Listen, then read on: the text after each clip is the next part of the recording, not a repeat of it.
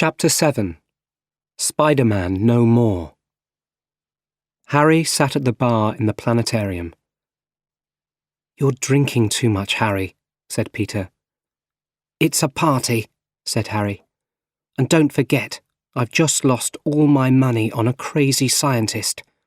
And then there's Spider-Man." "Let's not talk about him tonight, Harry." "Every night, Peter," said Harry. "Until I find him, I can only think about Spider-Man." "Parker!"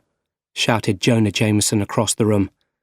"Parker, I'm not paying you to sit at the bar all evening. Take photos.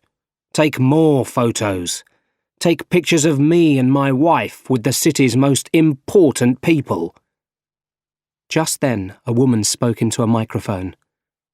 "Good evening, everyone," she said. "Tonight, the Science Library of New York welcomes a special American hero. The first man to play football on the moon.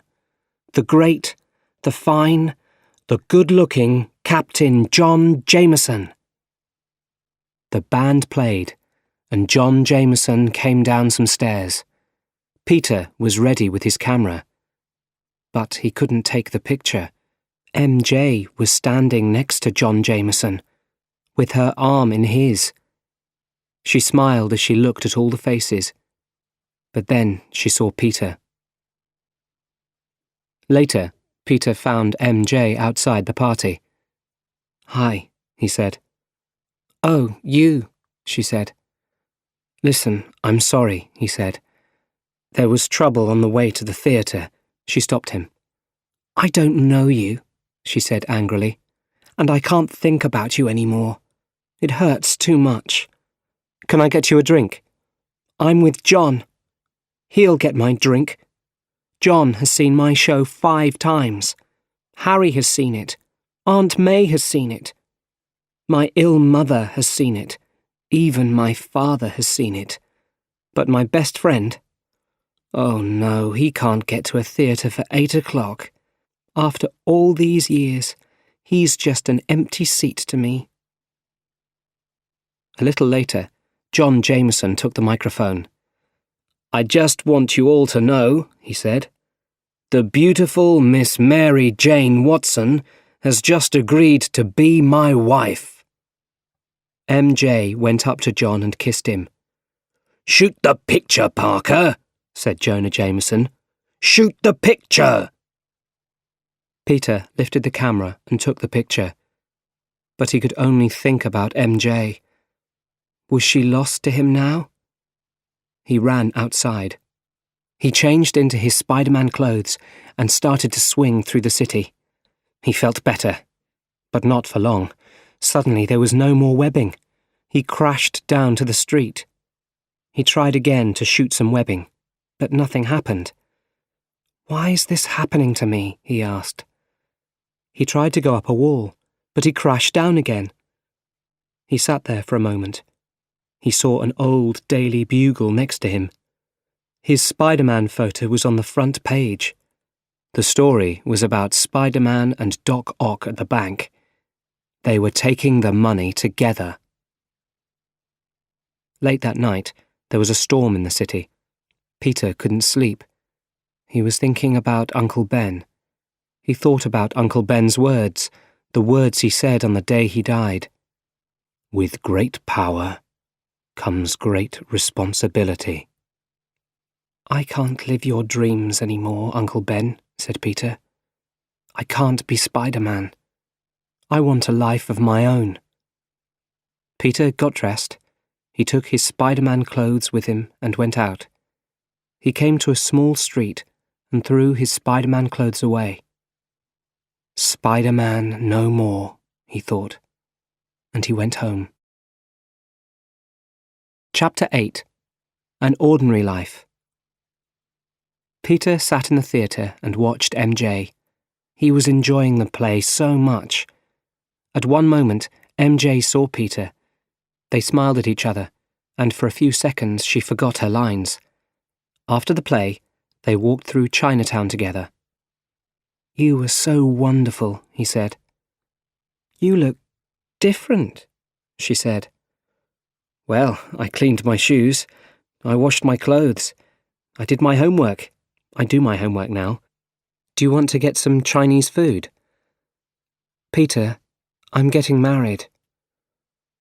You once said to me, I love you. Back then, I couldn't be with you. There were things I had to do, but I don't have to do them now. You're too late, she said. Will you think about it? Think about what? You and me. There never was a you and me, Peter. You don't understand. I'm not an empty seat anymore. I'm different. I have to go. MJ got into a taxi. She looked back at Peter. You are different, she said, and closed the door. Betty Brandt took the street cleaner into Jonah Jameson's office. He was carrying something in a brown paper bag. He put the bag on Jameson's desk and took out Spider-Man's clothes. Where did you get those? Shouted Robbie Robertson, Jameson's number 2 at the Daily Bugle. In the street, the man explained. Jameson couldn't believe his eyes. Spider-Man no more? This was front-page news. I'll give you $50 for them, he said. Only $50? Said the street cleaner. All right, $100. Miss Brandt, take this man away and give him his money. It was 2 years since Uncle Ben died. Peter sat at the table in Aunt May's home, and she gave him a cup of tea. It was all my fault, Peter, she said. You wanted to go by train that day. Uncle Ben wanted to drive you, and I didn't stop him. Peter decided to tell her. Aunt May, it was my fault, said Peter. I didn't go to the library that day. I went somewhere else. To win some money. To buy a car. I wanted to look good for MJ. It happened so fast. I won the money, but the guy didn't pay me. Then another man took all the money. I didn't try to stop him. I let him go. He wanted a car. He tried to take Uncle Ben's. Uncle Ben said no, and the man shot him. I held Uncle Ben's hand when he died. Peter was crying now, and he took Aunt May's hand. I've tried to tell you so many times, he said. But Aunt May took her hand away. She had no words to speak. She looked sadly at Peter. Then she stood up and went quietly upstairs. Down by the Hudson River, Doc Ock was finishing his new fusion reactor. He stood back and looked at his work. Just one more little job, he said. All I need now is the tritium. Harry Osborn was in his father's old room. He was looking at newspaper stories about Spider-Man, and he was drinking. Suddenly there was a loud noise outside. Thump! And then another. Thump! Harry went outside. Suddenly a metal arm appeared. It pushed Harry to the ground. Hello, Harry, said Doc Ock. Otto, what do you want? Tritium. But I need more of it this time. Ock took Harry with one of the arms and held him out over the street. The street was a long way down. Stop! cried Harry. Bring me Spider-Man, alive. Then I'll give you the tritium. How do I find him? asked Ock. Peter Parker, said Harry. He takes pictures of Spider-Man for the Bugle. He can tell you. Ock was already on his way. Don't hurt Peter, Harry shouted after him. But Doc Ock wasn't listening. Chapter 9. Where is Spider-Man? Peter walked along the street. It was cold, and he pulled his coat around him. He saw a newspaper.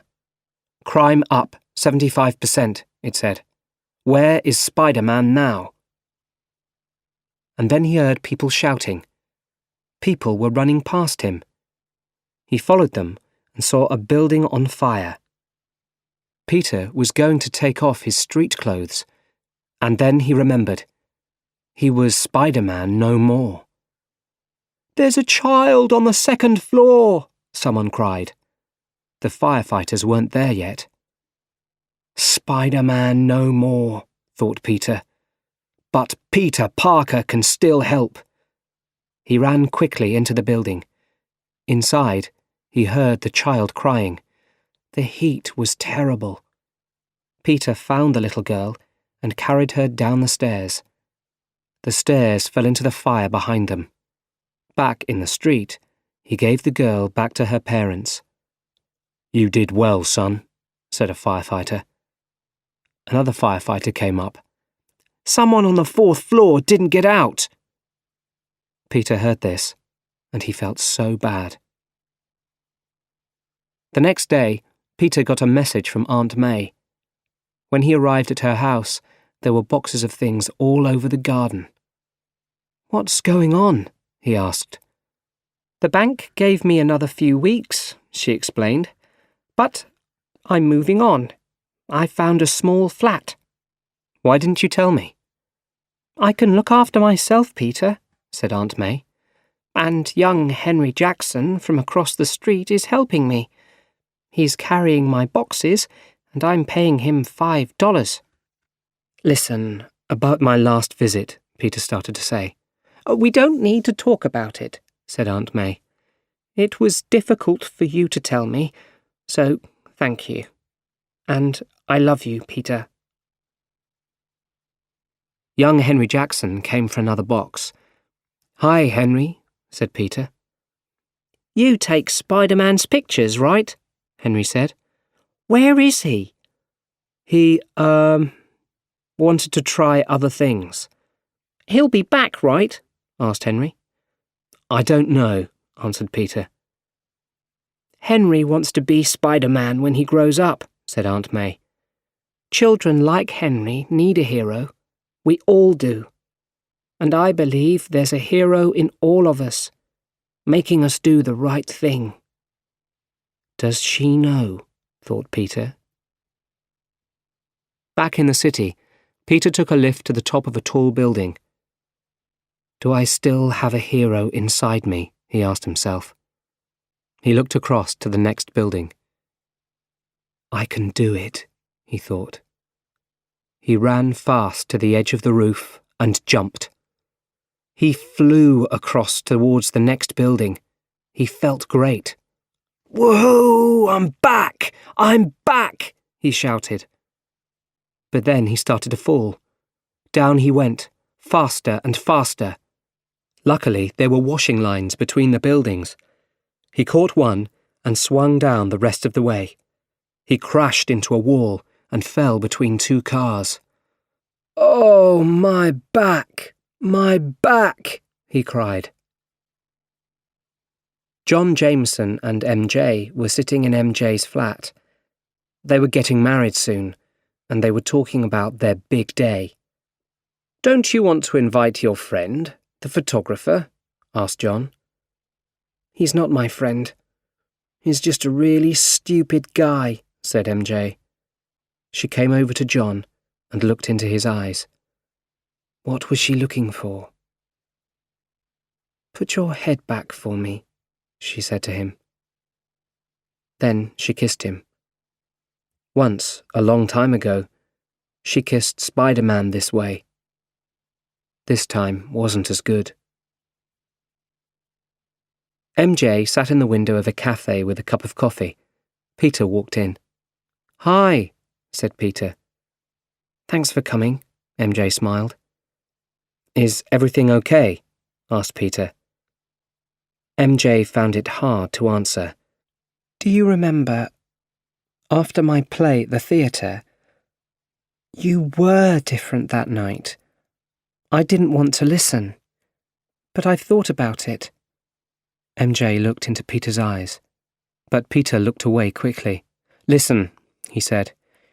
There's more for me to say. I can't be there for you, MJ. Do you love me or not? She asked. I don't, his mouth said. His eyes said something different. MJ moved closer to Peter. Kiss me, she said quietly.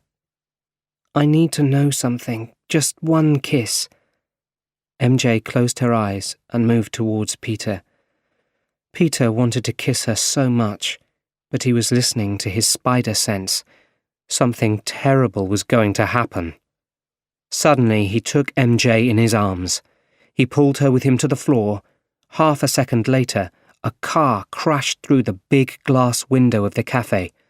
The car turned over above their heads, then crashed into the floor behind them. They were still alive. Then they heard a loud noise. Thump! And then again. Thump! In the street outside, people were running and crying out. Then Doc Ock appeared in front of them. Peter Parker, he smiled. And the girlfriend. What do you want? Asked Peter. Suddenly a metal arm moved forward and lifted Peter up. I want your friend Spider-Man, said Ock. Tell him to meet me at the West Side Tower at 3 o'clock. But I don't know where he is, said Peter. Find him, or I'll kill her. He pointed at MJ. Then he lifted MJ in his metal arms and disappeared through the streets of the city. Robbie Robertson walked into Jameson's office at the Daily Bugle. There's still no news about MJ, he said. Sorry, Jonah. It's all my fault, said Jameson. He was thinking about the Spider-Man stories in the Daily Bugle. I drove Spider-Man away. Spider-Man was a hero, he said. He turned to look at Spider-Man's clothes on his office wall. Then he turned back and said, Spider-Man was... Suddenly, there was a sound like the wind. Jonah turned to look. Spider-Man's clothes were gone, and in their place was a web, a very big web, and a message from Spider-Man. Spider-Man was a criminal, shouted Jameson. Chapter 10. The L Train. Peter put on his Spider-Man clothes. They felt right. He wasn't thinking about his problems now. He was only thinking about MJ. And now there was no problem with his webbing. He jumped off the roof of the Daily Bugle and swung through Manhattan. Spider-Man was back. He swung through the tall buildings until he arrived at the West Side Tower. It was 3 o'clock, and Doc Ock was waiting for him. Where is she? Called Spider-Man. She'll be fine, said Ock. Let's talk. A metal arm swung at Spider-Man from the right. Another swung from the left. Spider-Man was falling, fast. He shot some webbing onto the tower. Then he shot some webbing at Ock and pulled hard. Ock and Spider-Man fell together, right onto the top of an L train. Spider-Man and Doc Ock fought each other on top of the train. Ock broke the train windows and took 2 people with his metal arms. He threw the people down to the street below. Spider-Man quickly made webs and caught the people. Then Ock moved to the front of the train. Smash! One of his metal arms broke the front window of the train, and the driver cried out. Then the arm broke the train controls. Now the train was going faster and faster. It was going to crash. Spider-Man had to save the passengers, and Ock knew this. He smiled at Spider-Man and jumped off the train. Spider-Man used his spider sense to look ahead. The end of the line was very near, and it was high above the water.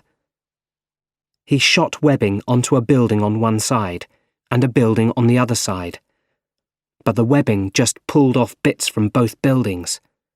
Then Spider-Man shot webbing onto every building.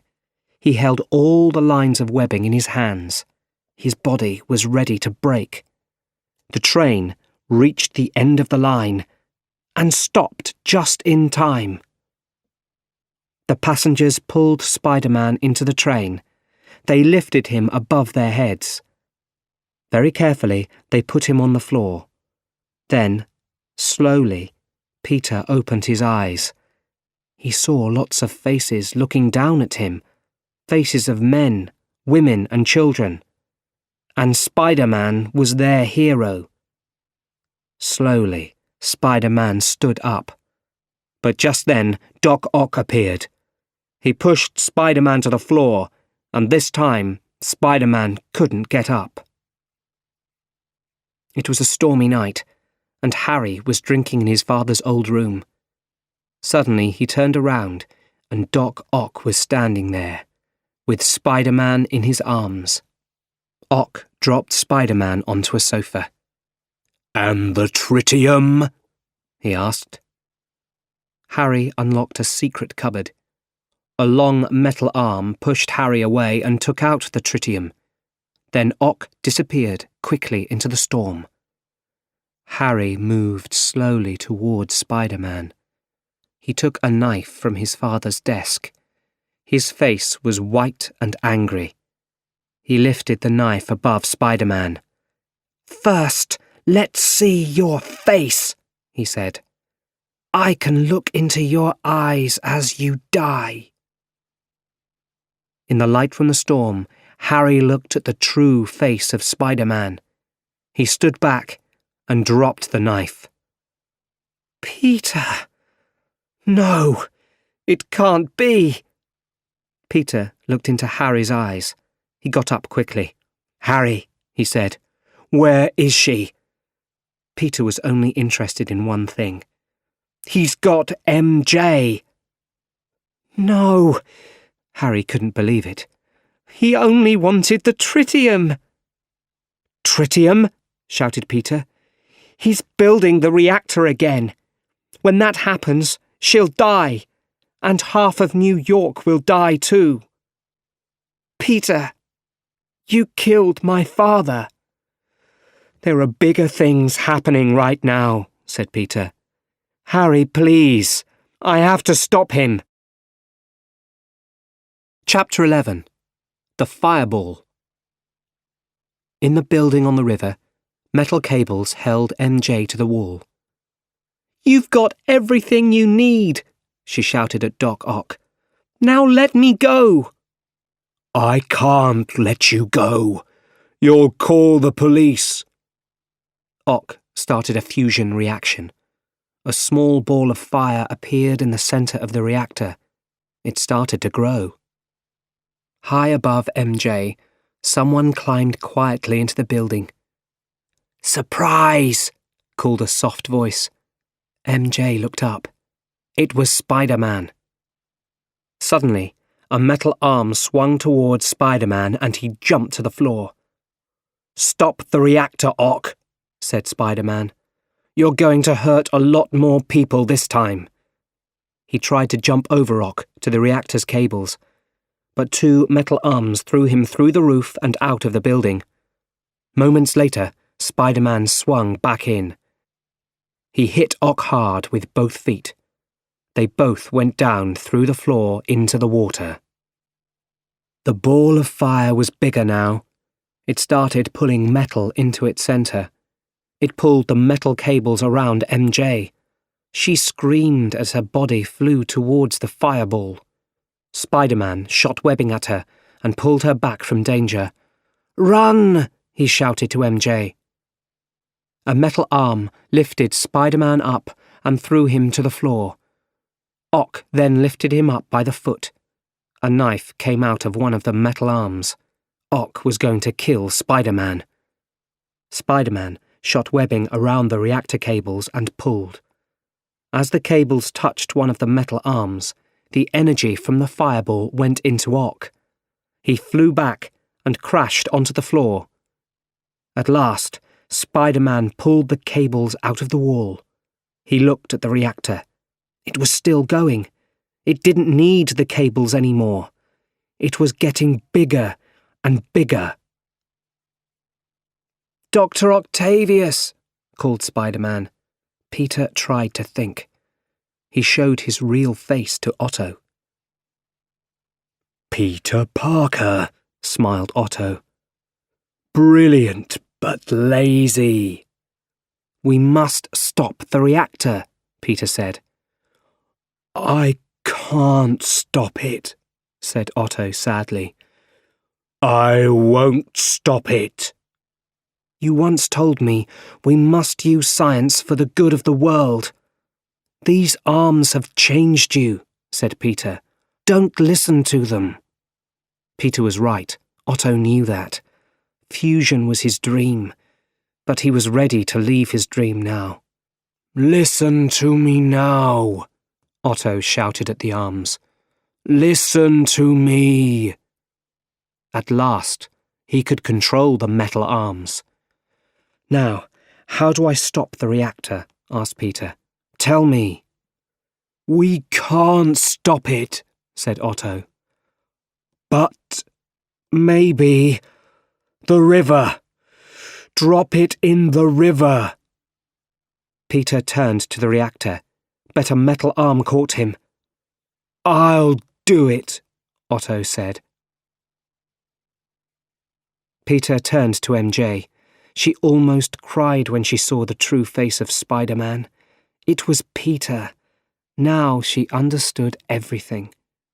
Suddenly there was a terrible noise above them. A wall was falling towards MJ. She cried out, and Spider-Man was there. He stopped the wall with his back. "Hi," said Peter. "This is really heavy." Peter was strong, but he couldn't hold the wall much longer. "MJ, if we die," he started to say. "You do love me," MJ finished his sentence for him. "I do." Peter gave one great push and threw the wall back. Then he jumped up with MJ in his arms, and they swung out of the building. Down below on the river, Otto stood alone with the reactor. "I won't die a bad man," Otto said to himself. Then he, the arms, and the reactor fell deep into the river. It was all over. Peter and MJ were in a spiderweb high above the river. "I think I always knew," said MJ. "Then you know we can't be together. People will always want to kill me. If you're with Spider-Man, you're always in danger. I will always be Spider-Man. You and I can never be together." MJ looked sadly into Peter's eyes.